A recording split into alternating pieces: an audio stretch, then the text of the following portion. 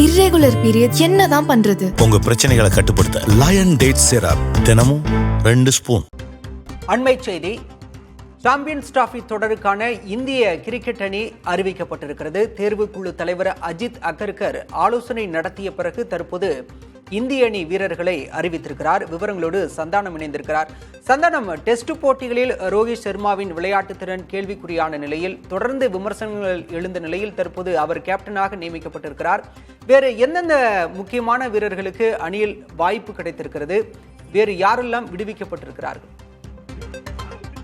Bala, champions trophy தொடருக்கான இந்திய அணி தற்போது அறிவிக்கப்பட்டிருக்கிறது. கடந்த 12ஆம் தேதியே அறிவிக்கப்பட வேண்டிய இந்திய அணியினுடைய அறிவிப்பு என்பது வீரர்களுடைய உடல் தகுதி குறித்தான அறிக்கையை பெறுவதற்காக காலதாமதமான காரணமாக ஒரு வாரம் தாமதமாக தற்போது அறிவிக்கப்பட்டிருக்கிறது. அணியினுடைய கேப்டனாக ரோஹித் சர்மாவும் சுப்மன் கில் வைஸ் கேப்டனாகவும் நியமனம் செய்யப்பட்டிருக்கிறார்கள். அதே போன்று விராட் கோலி, ஷ்ரேயஸ் ஐயர், KL ராகுல், ரிஷப் பண்ட், ஹர்திக் பாண்டியா, ஜடேஜா, அக்ஷர் பட்டேல், குல்தீப் யாதவ், ஷமி, அர்ஷ்தீப் சிங், ஜெய்ஸ்வால், வாஷிங்டன் சுந்தர், பும்ரா இந்த 15 பேர் கொண்ட குழு தான் சாம்பியன்ஸ் டிராபி தொடருக்கான இந்திய அணியாக அறிவிக்கப்பட்டிருக்கிறது. இருப்பினும் கூட பும்ராவுடைய தேர்வு அவருடைய உடல் தகுதி குறித்து முடிவெடுக்கப்படும் அப்படின்ற அறிவிப்பையும் அஜித் அகர்கர் தெரிவித்திருக்கிறார். அவரை 5 வாரங்கள் ஓய்வில் இருக்க வேண்டும் என்று NCAல தெரிவிக்கப்பட்டிருப்பதாகவும், இருப்பினும் அடுத்த வாரம் தான் அவருடைய உடல் தகுதி எப்போது முழுமையான தகுதி பெறும் என்ற அறிக்கை வரும். எனவே அவருடைய உடல்நிலை குறித்து சாம்பியன்ஸ் டிராபியில் அவர் இடம்பெறுவார் என்பது குறித்து தெரிவிக்கப்பட்டிருக்கிறது. மற்ற 14 வீரர்களும் இங்கிலாந்துக்கு எதிரான 3 ஒருநாள் போட்டிகளிலும் பங்கேற்பாங்க என்று அறிவிக்கப்பட்டிருக்கிறது. அந்த இங்கிலாந்துக்கு எதிரான தொடரில் மட்டும் பும்ராவிற்கு பதிலாக ஹர்ஷித் ராணா இடம்பெறுவார் என தெரிவிக்கப்பட்டிருக்கிறது. இந்த சாம்பியன்ஸ் டிராபி தொடரை பொறுத்த வரைக்கும் பார்த்தீங்கன்னா 2023 உலகக்கோப்பை தொடருக்கு பின்பு இந்திய அணியில கடந்த ஒரு ஆண்டு காலமாக இடம்பெறாத ஷ்ரேயஸ் ஐயர் மீண்டும் ஒரு நாள் அணிக்கு திரும்பியிருக்கிறார்.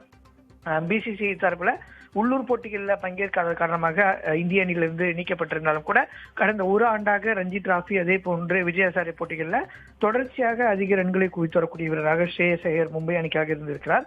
குறிப்பாக இந்திய அணி உலகக்கோப்பையில வெற்றி பெற இறுதிப் போட்டி வரை செல்வதற்கு மிக முக்கிய பங்காற்றியவராக ஷ்ரேயஸ் ஐயர் இருந்த காரணமாக அவர் அணியில திரும்பியிருக்கிறார். இந்திய அணியினுடைய முக்கிய வேகப்பந்து வீச்சாளராக இருந்த சிராஜ் தற்போது அணியிலிருந்து நீக்கப்பட்டு ஹர்ஷ்தீப் சிங் இந்திய அணிக்காக தொடர்ச்சியாக 20 ஓவர் போட்டிகளில் மட்டுமே விளையாடி வந்த ஹர்ஷ்தீப் சிங் தற்போது அவருக்கு பதிலாக ஒரு நாள் போட்டிகளில் பங்கேற்றிருக்கிறார்.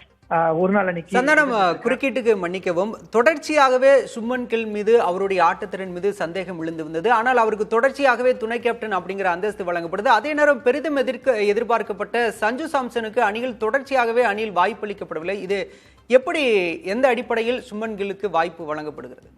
இது 2 விதத்தில் பார்க்கணும். இந்த சீசனோட தொடக்கம், அதாவது 2024-2025 இந்த சீசனோட தொடக்கத்திலேயே இந்திய அணியுடைய 3 ஃபார்மேட்டோடைய துணை கேப்டனாக சுப்மன் கில் நியமனம் செய்யப்பட்டார். ஆஸ்திரேலியாவுக்கு எதிரான டெஸ்ட் தொடரில் அவர் பங்கேற்றால் கூட, பங்கேற்கவில்லை என்றாலும் வாய்ப்பு வழங்கப்படவில்லை என்றாலும் கூட 3 ஃபார்மேட்டோடைய அணியினுடைய வைஸ் கேப்டனாக அவர் நியமனம் செய்யப்பட்டார். BCCI தரப்புல நம்ம பேசும்போது இந்த சாம்பியன்ஸ் டிராபி தொடருக்கு பின்பாக இந்திய அணியினுடைய ஒரு நாள் கேப்டன் பதவி ரோஹித் சர்மாவுக்கு பிறகு இந்திய அணியினுடைய ஒரு நாள் கேப்டன் பதவி என்பது சுப்மன் கில்லுக்கு வழங்குவதற்கே BCCI திட்டமிட்டிருக்காங்க. அவர் டெஸ்ட் போட்டிகளில் ரன்கள் அடிக்க விளையாடும் கூட ஒரு நாள் போட்டிகளில் அவருடைய கடந்த ஆண்டு கால பேட்டிங் என்பது சிறப்பாக காரணமாக அவர் தான் தொடர்வார் அப்படின்ற எதிர்பார்ப்பு BCCI கிட்ட இருக்கு. சுப்மன் கில் ஒரு நீண்ட கால திட்டமாக இருக்கும் காரணமாக அவர் துணை கேப்டனாக நியமனம் செய்திருக்கார். சஞ்சு சாம்சனை பொறுத்த வரைக்கும் அவர் T20 அணியில அவருக்கான ஓப்பனிங் ஸ்பேஸ் இப்ப உருவாயிருக்கு ரோஹித் சர்மா ஓய்வு பெற்றனால. மற்றபடி கடந்த 2023 உலகக்கோப்பையில இந்தியாவுடைய பேட்டிங் ஃபைனல்ஸ் தவிர மற்ற எல்லா இடத்துலயும் சிறப்பாக இருந்தது. அதன் காரணமா சஞ்சு சாம்சனுக்கான வாய்ப்பு வழங்கப்படல. சாம்பியன்ஸ் டிராபி தொடருக்கு பின்பு ரோஹித் சர்மா, விராட் கோலி போன்ற மூத்த வீரர்கள் அணியிலிருந்து ஓய்வு பெறும் பட்சத்துல அடுத்து வரக்கூடிய காலங்களில் சஞ்சு சாம்சன் உள்ளிட்ட வீரர்கள் இந்திய அணியில இடம்பெறுவதற்கான வாய்ப்பு இருக்கிறது. ஏன்னா KL ராகுல் கீப்பிங் செய்யக்கூடிய வீரராக இருக்காரு, ரிஷப் பண்ட்டும் கீப்பிங் செய்யிருக்கிறாங்க. 3வது கீப்பராக சஞ்சு சாம்சனை தேர்வு செய்ய வேணாம் அப்படின்னா அவர் தேர்வு செய்யல. தற்போது சாம்பியன்ஸ் டிராபிக்கான அணி என்பது அறிவிக்கப்பட்டிருக்கிறது. பும்ராவுடைய உடல் தகுதி குறித்து அடுத்த வாரம் அறிவிப்பு வெளியாகும் என்பது குறித்தும் அஜித் அகர்கர் தெரிவித்திருக்கிறார். பாலா, ICC சாம்பியன்ஸ் டிராபி தொடருக்கான இந்திய அணி அறிவிக்கப்பட்டுள்ள நிலையில் எதன் அடிப்படையில் வீரர்கள் தேர்வு செய்யப்பட்டிருக்கிறார்கள் என்ற முழு விவரத்தை வழங்கியமைக்கு நன்றி சந்தானம். இர்ரெகுலர் பீரியட் என்னதான் பண்றது? உங்க பிரச்சனைகளை கட்டுப்படுத்த லயன் டேட் சிரப் தினமும் 2 ஸ்பூன்.